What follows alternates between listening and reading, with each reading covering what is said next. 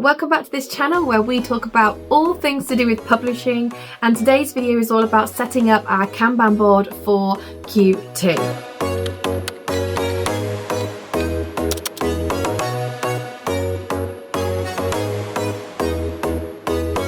So I based my Kanban board off the HB90 planning system that I often talk about.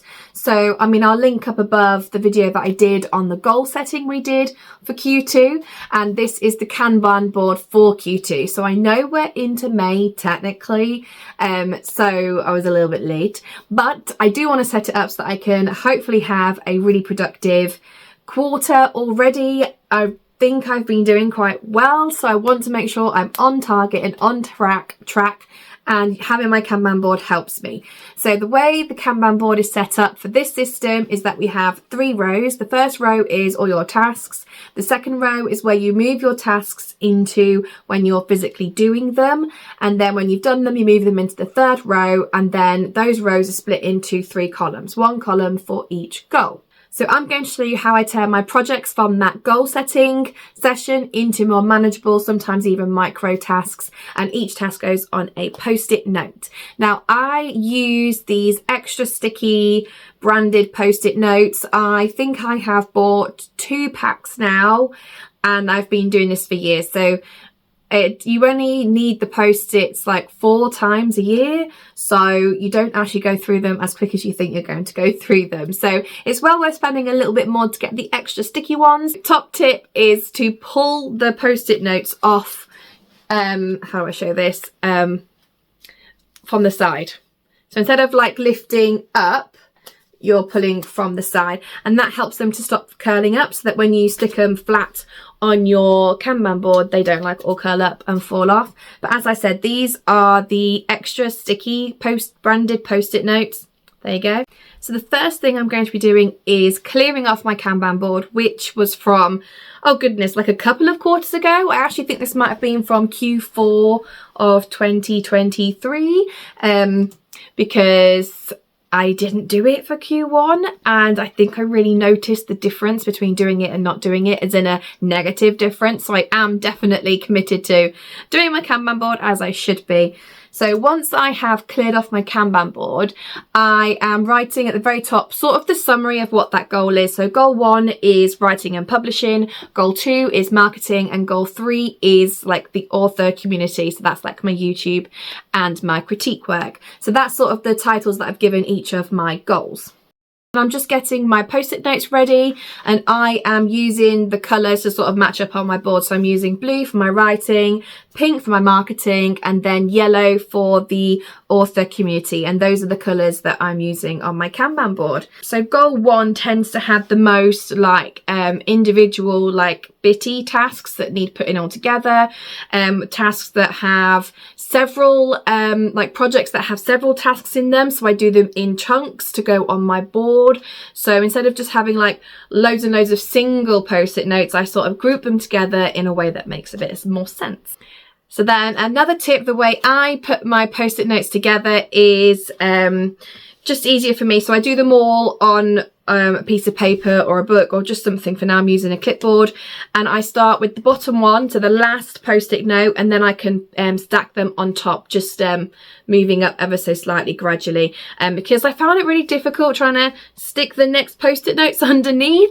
So I start on the bottom and then pile them all up until I get to the very first post-it note, so that's the one that you see first. Again, don't forget to be taking them off from the stack and from where you're putting them from the side, so that they don't curl up.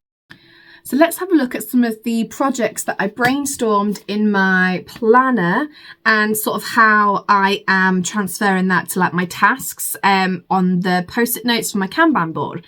So for example, this is like how I would split things up. So a big chunk of this quarter is all about book 2 edits. So what I have done is, because I like to almost like micro task things, so each post-it note I've got post-it note here for each chapter for me to go through and edit, so I can move those down.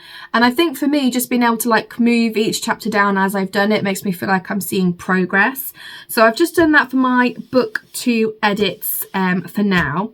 But then I also need to do some post-it notes for sending off to beta readers, and then well, my first round, normally my alpha readers, so they are like people that I'm closer to, so like my friends and like my author friends, and then also like editing from them as well. But for that, I will usually do that more in chunks. So like I'll edit chapters 1 to 5, then like 6 to 10, and so on and so forth. So I'll do those next. And then just another example, one of my projects is sorting out a map for book 2. So one of my post-it notes is to research map artists, and then my other one is to commission a map artist, because they are 2 different things, and then I can put those down one at a time as well. I've got commission my book 2 cover and then finalize that, because commissioning is one job, then you're back and forth with your designer, and so that takes a little bit of time. So I wanted a separate post-it note for that.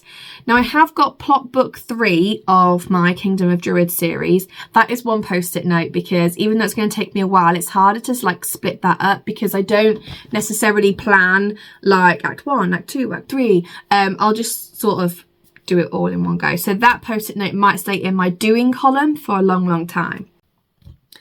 Okay, let's run through another example of how I'm breaking down a project into more manageable tasks. So in my planner, I've got to sort out a bonus scene for book 2, so that when people finish book 2, if they haven't already, they can sign up for my newsletter and they'll be able to get access to that, and it will go on the bonus content page on my website that I've got that is password protected for my newsletter subscribers. So so book 1, I think my bonus scene is a like a steamy scene from Ren's point of view of what happens in book 1. So I haven't yet decided what my bonus scene is going to be for book 2 yet, but this is how I have broken it down. So I've got brainstorm, the bonus scene. I've got draft in the bonus scene. Now this is usually just like a chapter, so maybe a couple thousand words. So just having it as draft bonus scene is as one post-it note is absolutely fine. I've then got get reader feedback. Oh, actually, I think I'm missing a step. I need to do self-edits on the self-edit bonus scene. So after I've drafted, I've got self-edit bonus scene, then I've got get reader feedback, so it's a little bit like beta reading, and then I'll edit the bonus scene, so probably using Pro Writing Aid. So I spoke about that in my last video, and how sort of my bonus scenes probably go through Pro Writing Aid rather than through an editor, just to save a little bit on costs. But so edit the bonus scene, then I've got format the bonus scene, so that'll be when I put it through Atticus. Again, I spoke about that in my last video. So format the bonus scene, then I've got cover for bonus scene. So what I'll do for this one is the same as what I did for last one, is use the actual book cover and then just put a like a stamp over it that says what it is. So for the first bonus scene for book 1, I just have like a tag over it that says Ren's POV bonus scene. So I'll probably do the same for this one. And then I've got upload to story origin, but set a start date. So obviously I don't want people getting access to that before book 2 comes out.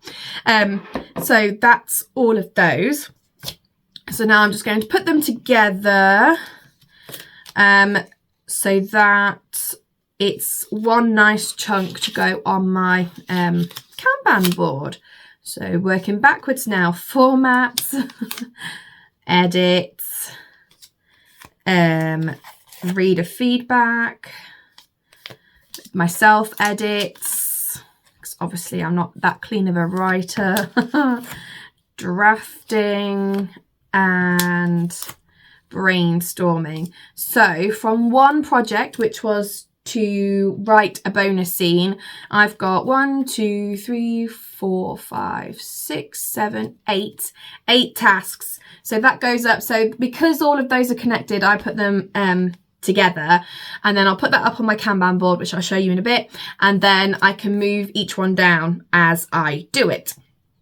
So that's another example of how I am splitting up my projects into more manageable tasks. So now moving on to goal 2, which is marketing. So this is a little bit more repetitive in my task block, so I'll talk about that in just one second. So in April, I joined a contents club for authors for like social media, because I really do feel like I need to be more consistent, and this is like my biggest focus. So April was all about going through everything in the content club, going through lots of different masterclasses, and really sort of trying to like take on board everything, and also work on a little bit of branding for me as an author. So for goal 2, you'll mostly see the repetitiveness in terms of like my tasks being like plan the May social media content, plan June social media content.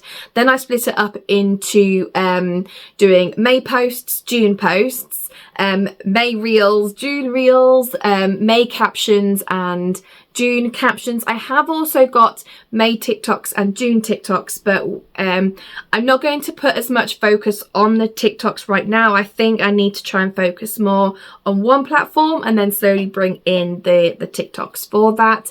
Then I have split up the scheduling content weekly. So I've got one post-it note for schedule week 1 content and the dates, schedule week 2 content, dates, schedule week 3 content, dates, and so on and so forth.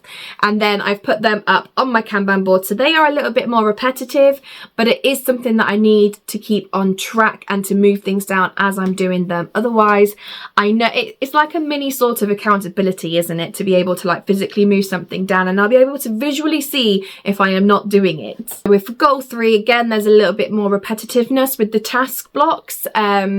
Again, with the videos, because all the videos need to have the same amount of work put into them. And then also like the critique work as well, which I'll go into more in just a second. This might give away what videos I'm doing, but here's a little sneak peek. These are the videos that I'm doing. This is part of my 3rd goal.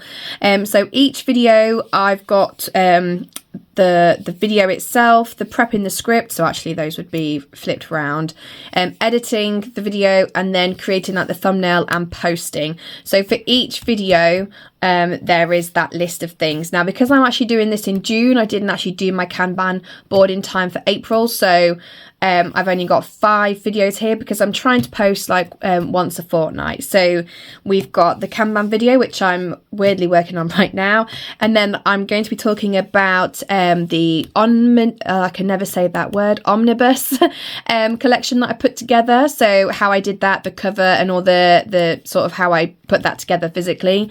And then I've got a video on my Reign of Blood and Shadows, the cost, the breakdown, because people have been asking about that.